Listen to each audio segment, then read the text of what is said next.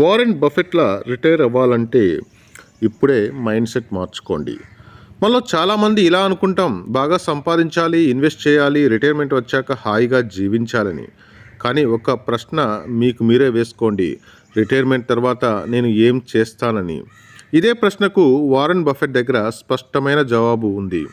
Buffet retire అయ్యాడు, కానీ ఏ పని చేయడం మానలేదు. పదవి విరమణ అంటే జీవిత విరమణ కాదని నిరూపించాడు. అతని మాటల్లోనే రిటైర్మెంట్ అంటే పరుగును ఆపడం కాదు, వేగాన్ని తగ్గించడం మాత్రమే.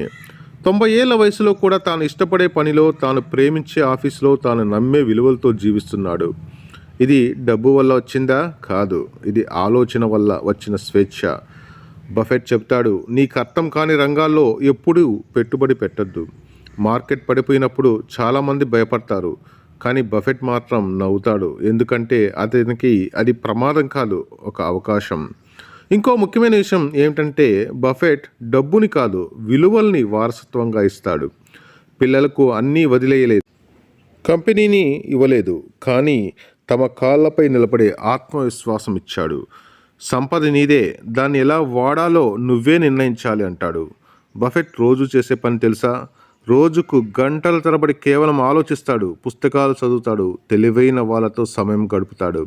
అతని సూత్రం సింపుల్, నీ చుట్టూ ఉన్న వాళ్ళే నీ భవిష్యత్తును నిర్ణయిస్తారు.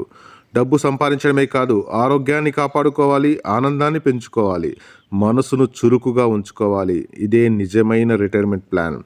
ఇప్పుడు మీకు ప్రశ్న, మీరు డబ్బు కోసం పనిచేస్తున్నారా, లేదా డబ్బు మీకోసం పనిచేసేలా చేస్తున్నారా? గుర్తుంచుకోండి, వారెన్ బఫెట్లా కావాలంటే ప్రపంచ కుబేరుడు అవ్వాల్సిన పని లేదు, కానీ దీర్ఘకాల దృష్టి, ఓర్పు, క్రమశిక్షణ, స్పష్టమైన జీవన లక్ష్యం ఇది తప్పనిసరి. చార్లీ మంగర్ చెప్పినట్లు, నీ జీవితం ఎలా ముగియాలనుకుంటున్నావో ఆ విధంగానే ఈరోజే జీవించడం మొదలుపెట్టు. ఇలాంటి మరిన్ని మోటివేషన్ వీడియోస్ కోసం వెంటనే మా ఛానల్ సబ్స్క్రైబ్ చేయండి. Thank you for watching this video.